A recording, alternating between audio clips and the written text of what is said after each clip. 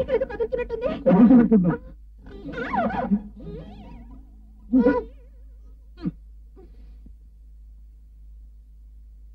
అయిపోయింది, పంపకుండా అయిపోయింది. అమ్మాయి భవిష్యత్తు అంతా నాశనం అయిపోయింది. అసలు దీనంతటికీ నిన్నానోయ్యా బ్రతుకు దిక్కుమాలను ప్లాన్ వేసి ఆ వేణుగాని అమ్మాయి మీద కూర్చుకెళ్తావు. ఇప్పుడు ఆవిడ తల్లైపోతుంది. ఏమిటి అక్కడ తప్పంతా నేను చేసినట్టు మాట్లాడతావు?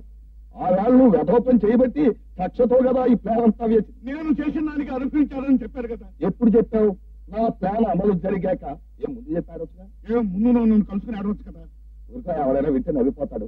ఎవరి మీద కక్ష తీర్చుకుందాం అనుకున్నావు వాడి దగ్గరికి వెళ్ళి అబ్బాయి నీ మీద ఎత్తు వేస్తున్నాను చిత్తు చేస్తాను ఎవరే చెప్తాడు? బుద్ధి లేకుండా మాట్లాడకాయ. అసలు తప్పు నీటిగా ఆది నుంచి నేను చెప్తున్నాను. మొదట తప్పు చేసింది నువ్వు. పోనీ ముందు నేనే చేశాను అనుకో, కానీ స్టార్టింగ్ మాత్రం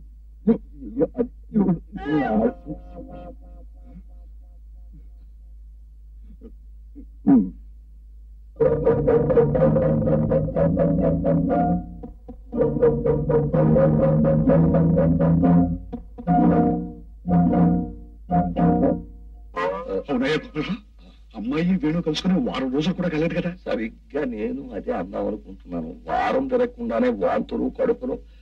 అవునయ్యా, ఈ మట్టి బుర్రకు ఆలోచన పాటాడుకొస్తా కానీ ఈ ఆలోచన మాత్రం అమ్మాయి ఈ సంగతి చెప్పమ్మా. అసలు నీకు వాంతి ఎందుకైంది? ఏం లేదు డాడీ, ప్రొద్దున తిన్న వాళ్ళు కొంచెం నూనె ఎక్కువైంది, దానికి కడుపులో తిప్పి వాంతి అయింది. అంతే కదా. టిఫిన్ లో ఆయిల్ ఎక్కువైతే ఆ ప్రమాదం. అవునా?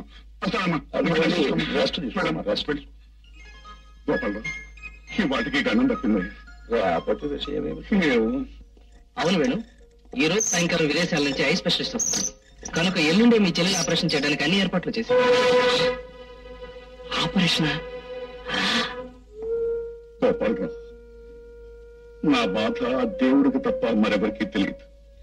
వేణు తల్లి చావుకు కారకుడు దయానందమే అయినా ఆ శవాన్ని తీసింది మోసింది నేను. అప్పుడు వాడు నా ఫోటో తీసి వాడి దగ్గర పెట్టుకున్నాడు. ఇప్పుడు నేను వేణుతో దయానందం పేరు చెప్పాను. వేణు వాడి మెడ స్టీరింగ్ తిప్పినట్టు తిప్పడానికి వాడి దగ్గరికి వెళ్తాడు. అప్పుడు దయానందం ఆ ఫోటోలు చూపించి వాళ్ళమ్మ చావుకి కారకుడు నేనే అని చెప్పాడను. ఏం జరుగుతుంది? వేణు వాడి మాటలు నమ్మి నన్నంతం చేయడానికి నా దగ్గరికి వస్తాడు. ఆ దయానందం గారు చెప్పే అబద్ధాలు నిజమనిపించడానికి సాక్ష్యాలున్నాయి. నువ్వు చెప్పే నిజాలకి సాక్ష్యం లేదు. ఏమో చెప్పేది, ఆనాడు మా అమ్మకి అన్యాయం చేసిన దయానందం నిర్దోషాన్ని మీ నాన్న దోషిగా నిరూపించే ఫోటోల దగ్గర పెట్టుకుని బెదిరిస్తున్నాడు. అవును, అందుకే మా నాన్న నీతో ఆ పేరు చెప్పడానికి భయపడ్డాడు. అయితే అసలు పాపాల భైరవుడు ఆ దయానందం అనమాట. వాడి నోటితోనే నిజం చెప్పించి వాడి ఆట కట్టించాలంటే మన ఇద్దరం కలిసి ఒక నాటకం ఆడాలి. ఏమిటి? ఏమిటమ్మా హడావిడి? ఎందుకమ్మా ఏడుస్తున్నావు? ఏం జరిగిందో చెప్పు నాతో. అంకల్, ఈనాళ్ళు వేణు మాయలో పడి మంచి ఏమిటో చెడ్డ ఏమిటో తెలుసుకోలేకపోయాను. ఈ రోజు అతను ఇంకో అమ్మాయితో తిరగడం చూసి అతని నిజ స్వరూపం తెలుసుకున్నాను. అంకల్, అమ్మాయిలతో తిరగటమే కాదు తల్లి, వాడికి ఇంతకు ముందే పెళ్లి అయిపోయింది. ఈ ఫోటోలు చూడు కావాలంటే. దుర్మార్గుడా, ఒక ఆడదాని మేడ తాళి కట్టి దాని జీవితం నాశనం చేసింది చాలక నా బ్రతుకు కూడా నాశనం చేయాలనుకున్నావురా? అంకుల్, ఇలాంటి వాడి మొహం చూడలే పాపం. అందుకే నాలాంటి వాడి ముఖం చూడాలి ప్రేమ. అంకుల్, ఏదో చిన్నదాన్ని తెలియని తనంలో వేణుని నమ్మి ప్రసాద్ని నిర్లక్ష్యం చేశాను. నన్ను క్షమించు అంకుల్. మా డాడీకి ఫోటోలు చూపించి ప్రసాద్ని పెళ్లి చేసుకుంటానని చెప్తాను. చాలా సంతోషం. కుక్క పిల్ల నమ్మేసి ఏనుగా ఉంది నాకు. వస్తాను అంకుల్. ఈ ఫోటోలను చూసి వేణుని అపార్థం చేసుకుంటున్నావా? ఇవి నేను తీయించిన ఫోటోలేనమ్మా. అవునయ్యా, వేణుకి నాకు ఉన్న ఒప్పందం ప్రకారం వేణు ఎప్పుడైనా ఎదురు తిరిగితే ఇవి ఉపయోగిస్తాయని నేనే తీయించాను. ఇదిగో ఈ పెళ్లి కూతురు ఒక నాటకాల పిల్ల, ఈ పెళ్లి ఒక నాటకం పెళ్లి. అంకుల్, నేను నిజంగా నమ్మననుకుంటున్నారా? నేను ప్రేమించిన వేణుని గురించి ఎవరైనా చెప్పినా, ఎవరైనా సాక్ష్యాలు ఆధారాలు చూపించినా అంత తేలిగ్గా అనుమానించను. మరి ఫోటోలు పుచ్చుకుని కోపంగా మాట్లాడి మావయ్య చేత ఇవి అబద్ధపు ఫోటోలని చెప్పించాలనుకున్నాను.